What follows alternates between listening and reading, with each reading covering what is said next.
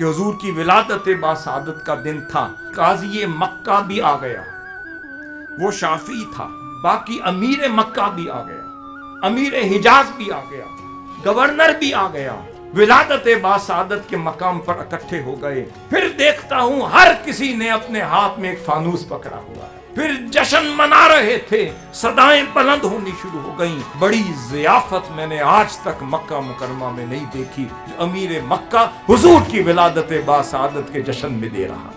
لوگ فتوے لگاتے رہے، وہ کمکمے لگاتے رہے، لوگ فتوے لگاتے رہے، وہ عالمی میلاد کانفرنس سجاتے رہے۔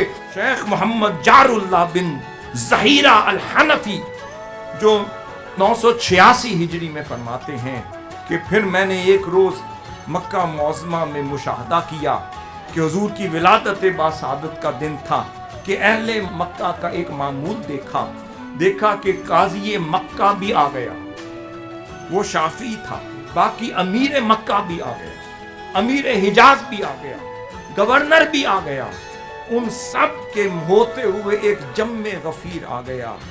پھر سب کے سب حضور کے مولد شریف ولادت باسعادت کے مقام پر اکٹھے ہو گئے۔ پھر فرماتے ہیں دیکھتے ہی دیکھتے مکہ معظمہ کے فقہا بھی آ گئے، خطبہ بھی آ گئے، پھر علماء بھی آ گئے، پھر فضلاء بھی آ گئے۔ پھر دیکھتا ہوں ہر کسی نے اپنے ہاتھ میں ایک فانوس پکڑا ہوا ہے، ہر کسی نے ایک چراغ جلایا ہوا ہے، ایک شمع روشن کی ہوئی ہیں۔ پھر حضور کی ولادت باسعادت پر خطاب شروع ہو گئے، پھر جشن منا رہے تھے، صدائیں بلند ہونی شروع ہو گئیں۔ پھر اس کے بعد جب وہ مجلس مغرب تک چلی، مغرب کے بعد سے جب عشاء کا وقت آیا تو انہوں نے اسی جلوس میں حرم مکہ کی طرف چلنا شروع کیا۔ وہ سب کے سب حرم مکہ میں داخل ہو گئے اور وہاں پھر مقام ابراہیم کے پیچھے 2 نفل پڑھنے شروع کر اپنی مجلس اور حضور کے میلاد کا اختتام اللہ کے بارگاہ میں 2 نفل پڑھ کے کر رہے ہیں۔ پھر کہتے ہیں امیر مکہ نے اپنے گھر کے دروازے کھول دیے، سب کو بلا لیا۔ اتنا بڑی ضیافت میں نے آج تک مکہ مکرمہ میں نہیں دیکھی جو امیر مکہ حضور کی ولادت باسعادت کے جشن میں دے رہا۔ یہ وہ وقت تھا، آج یہ وقت ہے۔ درمیان والے وقت کی بات نہ کریں، مگر کیا ہے، یہی تو مجدد وقت کا کمال ہوتا ہے، یہی تو احیاء اسلام اور تجدید دین کی تحریک کا کام ہوتا ہے۔ اگر امت میں حضور کی نسبت میں کوئی گیپ آ جائے تو وہ پورا کرنے والے کو مجدد کہتے ہیں۔ آج اللہ رب العزت نے کرم کیا، درمیانی دور جو گزرا، کچھ ایسے لوگ آ گئے کہ جن کو حضور کی نسبت سے کوئی غرض نہ تھا، جن کو حضور کی محبت سے کوئی غرض نہ تھا، جن کو حضور کے در سے کوئی غرض نہ تھا، پھر وہ ایسے آئے کہ اللہ نے بھی انہیں در در کا کر دیا۔ جن کو حضور کے در سے کوئی غرض نہ تھا وہ بے در ہو گئے، در در پہ جھکا دیا۔ پھر آج وہ وقت آیا، پھر حضور شیخ الاسلام نے بتایا اصل بھی جشن میلاد ہے، ہماری روح بھی جشن میلاد ہے، ہماری خوشیاں بھی جشن میلاد ہیں، ہمارا اصل بھی جشن میلاد ہے۔ یہ منہاج القرآن کی قسمت میں یہ دور آیا کہ لوگ فتوے لگاتے رہے، شیخ الاسلام میلاد مناتے رہے، لوگ فتوے لگاتے رہے، وہ جشن میلاد کے شمع روشن کرتے رہے، لوگ فتوے لگاتے رہے، وہ کمکمے لگاتے رہے، لوگ فتوے لگاتے رہے، وہ عالمی میلاد کانفرنس سجاتے رہے، لوگ بولتے بولتے تھک گئے، یہ اجالا بڑھتا بڑھتا معراج پہ چلا گیا۔ آج غور کیجئے، میں نے یہ ساری مثالیں اس لیے دیں، وہ اس وقت کے امام تھے، یہ اس وقت کے امام ہیں۔ انہیں بھی وہیں سے خبر آتی تھی، انہیں بھی وہیں سے خبر آتی تھی۔ درمیان کا جو وقت گزرا وہ فل یفرحو کا معنی بھول گئے۔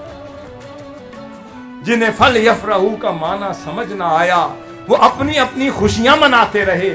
پھر شیخ الاسلام آئے جنہوں نے پکڑ پکڑ کر کہا نہیں، فل یفرحو سے مراد تمہاری خوشیاں نہیں، ہماری خوشیاں بھی حضور کی خوشیاں۔ انہوں نے اپنی خوشیوں کو حضور پر وارنا سکھا دیا، حضور پہ قربان کرنا سکھا دیا۔ گلی گلی نگر نگر میلاد مصطفیٰ کی کانفرنس شروع ہوئی۔ حضور کا میلاد مناتے چلے گئے، اتنا منایا کہ پچھلے سن لیں کہ ایک ایک مہینے کا اہتمام کرتے تھے۔ شیخ الاسلام نے قوم کو وہ سکھا دیا کہ ہر دن حضور کا میلاد منایا جا رہا ہے، کبھی یہاں ہے کبھی وہاں، کوئی نگر کوئی گلی، منہاج القرآن کا کوئی گھر ایسا نہیں کہ سال کے 12 مہینے کسی دن کہیں حضور کا کوئی میلاد نہ ہو رہا ہو۔ پتا چلا کہ حضور کے میلاد منانے میں ہی حقیقت ہے، ایمان اسے مل گیا جو حضور کا ہو گیا،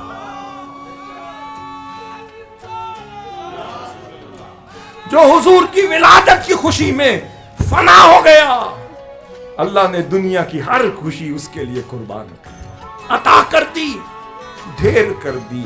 پتا چلا حضور شیخ الاسلام نے صرف علمی باب قائم نہیں کیا، دفاع نہیں کی، بلکہ وہ اصل کو دوبارہ اصل تک پہنچا دیا۔ لوگ بھٹک گئے تھے، انہیں پکڑ کے سوئے گنبد خضرا کر دیا۔ لوگ ادھر ادھر دیکھتے تھے، کہا ادھر کچھ نہیں ملے گا، اصل ادھر ہی ہے، جو اصل کا ہو جائے اسے کوئی چھوڑتا نہیں۔ حضور شیخ الاسلام نے اس وقت آج سے 40 سال پہلے یا نبی سلام علیکہ کھڑے ہو کر ادب میں حضور کے لیے میلاد منانے کا جو طریقہ سکھایا، جو دلیل دی، جو حجت دی، جو براہین دی، جو قرآن اور حدیث سے ثابت کرتے چلے گئے، وہ صرف ثابت نہیں کیا، بچے بچے کے اندر اس کے دل کی دھڑکنوں میں یہ منتقل کر دیا۔ اب بچہ سوئے بھی تو یا نبی سلام علیکہ کی صدائیں آتی۔ شیخ الاسلام نے حضور کے میلاد کو کلچر بنا دیا، ثقافت بنا دی، جینا بنا دیا، سونا بنا دیا، چلنا بنا دیا، پھرنا بنا دیا۔ اس سے بڑھ کر آپ کہتے ہیں ایک مہینہ مختص کر دیں، فرمایا اس سے بڑھ کر یہ مرکز درود و سلام بنا دیا، گوشہ درود قائم کر دیا، حلقات درود قائم کر دیے، ذکر مصطفیٰ کی مجالس سجا دی، محفلیں سجا دی، شمع لگا دی، کمکمے جلا دیے۔ وہ جلاتے تھے، حضور شیخ الاسلام نے ہر رفیق کو حضور کا کمکمہ بنا دیا۔ وہ جلاتے تھے، حضور شیخ الاسلام نے ہر رفیق کے دل میں ایک چراغ عشق مصطفیٰ جلا دیا، ایک چراغ جشن ولادت مصطفیٰ جلا دیا۔ فرمایا تم ظاہری کمکموں کی بات کرتے ہو، میں تمہیں حیاتی کمکمے دے دیتا ہوں، تم چلتے پھرتے یا نبی سلام علیکہ۔ اب یہاں پہ گوشہ درود، پھر حلقات پوری دنیا میں قائم کر دیے۔ کوئی لمحہ ایسا نہ بیتے کہ حضور پر درود و سلام بھیجنے والے نہ ملیں۔ بھئی کم نہیں ہو رہا، بڑھتا جا رہا ہے۔ وہاں ایک مرکز کبھی بنتا تھا، یہاں ہر مرکز کے نیچے ہزاروں سینکڑوں مراکز بنا دیے۔ کیوں؟